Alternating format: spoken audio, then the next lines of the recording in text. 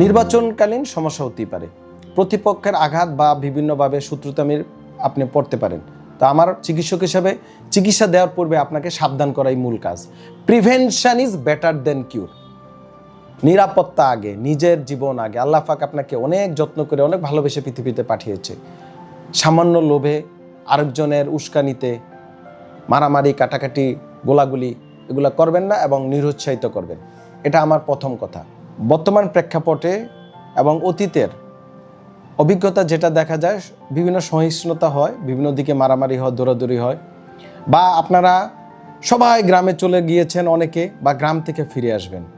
এই যে যাতায়াত, চলাফেরা বা ভোট কেন্দ্রে বিরোধী দল প্রতিপক্ষ একজন আরেকজনের উপরে চড়াও হতে পারে। এক্ষেত্রে কী কী সমস্যা দেখা দিবে এবং করণীয় কী? প্রথমত, নির্বাচনকালীন সবাই উত্তেজিত থাকে, মিছিল মিটিং করে, দৌড়ঝাঁপ করেন। ধরেন আপনার কিন্তু অভিজ্ঞতা নাই, আপনি কিন্তু হঠাৎ করে কোনো একটা দলের পক্ষে দৌড়াদৌড়ি করছেন, আপনি হার্ট অ্যাটাকে আক্রান্ত হয়ে যেতে পারেন। কারণ আপনি নিয়মিত হাঁটেন নাই, অভ্যস্ত নয়, আপনার কার্ডিয়াক এন্ডুরেন্স নেই, মানে হার্ট রেডি না, আপনার বয়স 40 আপ, সো হার্ট অ্যাটাক হয়ে যেতে পারে। Be careful. দৌড়াদৌড়ি করার আগে আপনাকে ওয়ার্ম আপ করতে হবে। ধরেন দৌড়াদৌড়ি করবেন, সমস্যা নেই, কিন্তু আগে কিছুদিন একটু হাঁটা, হালকা হাঁটা, চলাফেরা এগুলো আপনাকে করতে হবে, তাহলে এই সমস্যাটা হবে না। দৌড়াদৌড়ির সময় যেটা ডিহাইড্রেট হয়ে যেতে পারেন। ধরেন সারাদিন ভোট কেন্দ্রে বা মিছিল মিটিং চলছে, নির্বাচনের আগে এবং পরে পানি কম খেলে, ধরেন একটা সুস্থ পুরুষ মহিলা ন্যূনতম 2 থেকে 3 লিটার পানি প্রতিদিন প্রয়োজন। আপনি যখন কম পানি খাবেন, ডিহাইড্রেট হয়ে হঠাৎ ফিট হয়ে পড়ে যাবেন। তাহলে পর্যাপ্ত পানি খেতে হবে, পর্যাপ্ত খাবার খেতে হবে।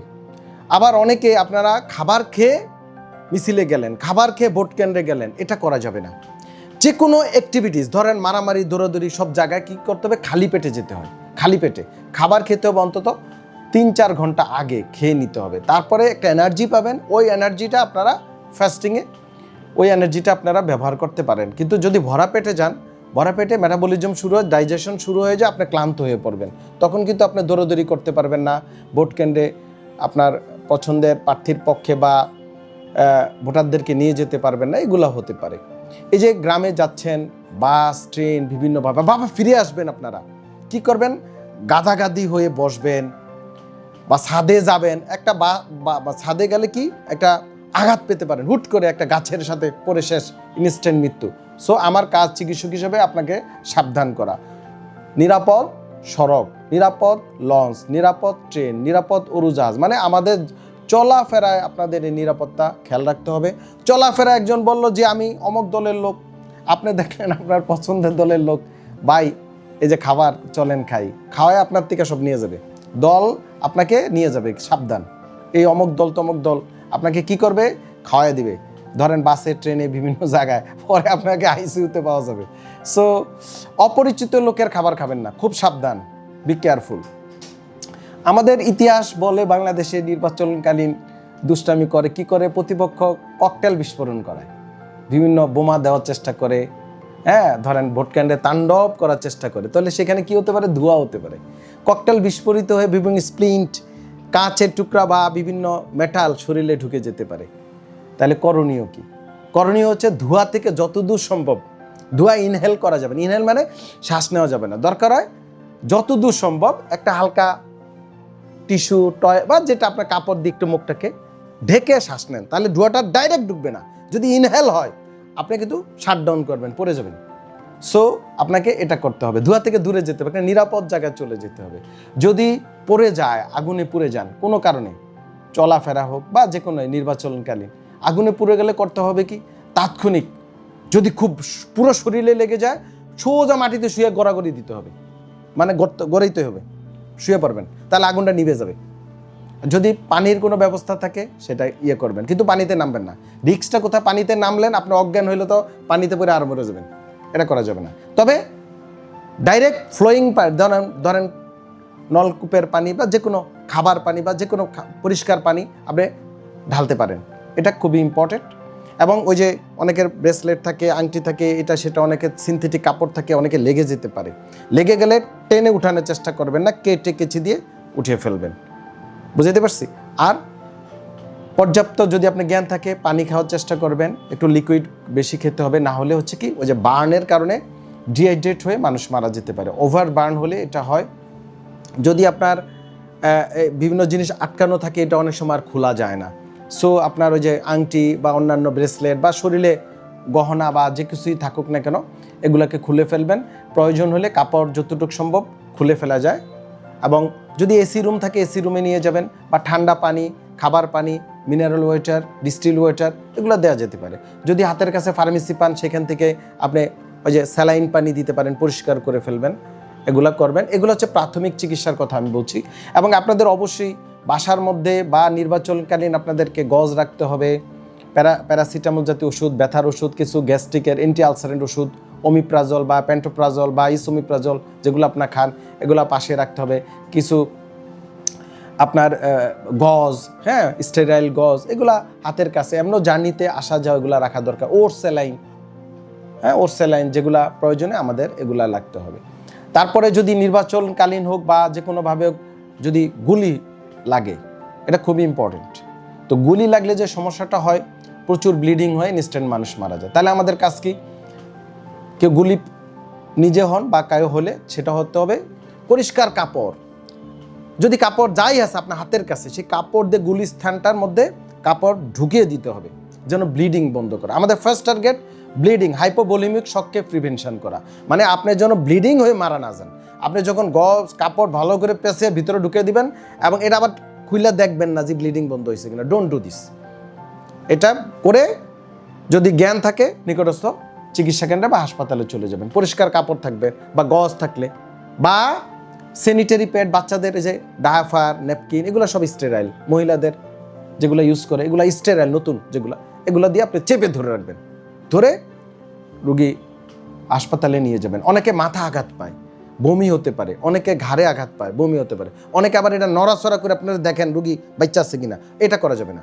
মাথা আঘাত পেলে, রুগী অজ্ঞান থাকলে স্ট্রেচার আস্তে উঠে, ঘাড় যেন নড়াচড়া না করে, নিকটস্থ হাসপাতালে আপনাদেরকে রুগীকে নিয়ে যেতে হবে। ওই ব্লিডিং হলে, কেটে গেলে, গুলির ব্লিডিংটা আগে বন্ধ করতে হবে। This is the important. এক্ষেত্রে পরিষ্কার করা যাবে না, এটা কিন্তু করবেন না ভুলেও। ধরেন ব্লিডিং হইতেছে, আপনি আরও পানি ঢাললেন আর পরিষ্কার করলেন, আশেপাশে ময়লা লাগছে, এটা করার দরকার নেই। আমাদের ফার্স্ট টার্গেট ব্লিডিং বন্ধ করো, আগে তাকে বাঁচানো। ব্লিডিং বন্ধ করে চেপে ধরে রাখবেন, তারপরে নিকটস্থ হাসপাতালে গেলে চিকিৎসকরা আপনাকে ব্যবস্থা করবে। আর যদি ছোটোখাটো কাটা হয়, একটু কাটলে, এটা ধরেন একটু নিজের কাপড় দিয়ে, গামছা দিয়ে বা যে কোনো পরিষ্কার কাপড় দিয়ে একটু চেপে ধরলে এমনি বন্ধ হয়ে যাবে। তারপরে সেখানে আপনি অ্যান্টিসেপটিক লোশন লাগাতে পারেন। অনেকে হয়তো ধরেন বিভিন্ন মামলার ভয়ে, পুলিশের হয়রানির ভয়ে বিভিন্ন কারণে হাসপাতালে যেতে পারবেন না, তো তাদের প্রাথমিকভাবে বাসায় কাজটা করতে হবে। অ্যান্টিসেপটিক লোশন কিনে রাখতে হবে, ভায়োডিন অয়েনমেন্ট কিনতে পাওয়া যায়, অ্যান্টিসেপটিক বিভিন্ন লোশন কিনতে পাওয়া যায়, এগুলো রাখবেন। আর যদি আত্মীয় স্বজন যারা আছেন, তারা হাতকে স্টেরাইল করে, মানে সাবান পানি দিয়ে ধুয়ে তারপরে কাজগুলা আপনারা এটা করবেন। অনেকে ভেঙে যেতে পারে, পা ভেঙে যেতে পারে, মাথা হাড় ভেঙে যেতে পারে। ভেঙে গেলে আমাদের দেশে মানুষ বুঝে না, কি করে একটু নাড়ায়া দেখে, হ্যাঁ, এটা কয় টান দে, জোরে টান দে ঠিক করা। এটা আপনার কাজ না। কেউ যদি ভেঙে যায়, সম্ভব হলে কোনো কাঠ, পরিষ্কার কাঠ হোক বা তক্তা হোক বা বাঁশ হোক বা লাঠি হোক, দুই পাশে দুইটা দিয়ে, ধরেন এইটা ভেঙে গেছে, এটা দুই পাশে দুইটা তক্তা দিয়ে আটকে সুন্দর করে আস্ত গামছা দিয়ে বা কাপড় পেঁচিয়ে সোজা হাসপাতালে নিয়ে যাবেন ভেঙে গেলে। এটা যদি আরও নড়াচড়া করেন, তাহলে আরও বিপদ হয়ে যেতে পারে। অনেকে আঘাত পায়, ভেঙে যায় না, ভিতরে কম্প্রেশন হয়ে যেতে পারে, মানে ব্লিডিং হতে পারে, কম্পার্টমেন্টাল সিনড্রোম আমরা বলি। তো এটা নিয়ে অনেকে ঘরে শুয়ে থাকে, এটা করা যাবে না। এটা শুয়ে না থেকে অবশ্যই চিকিৎসকের পরামর্শ, এখন তো ইন্টারনেটে বা অনলাইনে বিভিন্ন আত্মীয় স্বজন চিকিৎসকের পরামর্শ আপনারা নিয়ে নেবেন। অনেক সময় সেটা আবার সার্জারি করতে হয়। তাহলে আমাদের মুদ্রা কথা হচ্ছে, ধরেন পর্যাপ্ত পানি খেতে হবে, পুড়ে গেলে কি করতে হবে সেটা বলে দিলাম, গানশুট হলে কি হতে পারে, বা ককটেল বিস্ফোরণে কি হতে পারে, আগুন লাগলে কি হতে পারে। আর যদি আঘাত পান এবং আঘাতে যদি মাথায় আঘাত পান, যদি বমি হয়, তাহলে কিন্তু বসে থাকা যাবে না। অবশ্যই রুগীকে নিকটস্থ চিকিৎসা কেন্দ্রে বা হাসপাতালে নিয়ে যেতে হবে। আর আঘাতের স্থান, যে জায়গায় আঘাত পেলেন, কি দিয়ে আঘাত পেলেন, সেটা একটা ইম্পর্টেন্ট। এখন যখন স্প্রিংটা যদি ঢুকে যায় ভিতরে, অনেকে কী করে, কাঁচের স্প্রিংটার থাকে, ঢুকতে পারে, বা মেটাল, টান দিয়ে বের করবেন না, ডোন্ট ডু দিস, এটা আপনার কাজ না। আপনার কাজ হচ্ছে ব্লিডিংটা বন্ধ করা। মুদ্রা কথা, আপনাদেরকে আমি প্রাথমিক চিকিৎসা দিয়েছি চিকিৎসক হিসাবে। অনেক কিছুই এখানে গ্যাপ থাকতে পারে।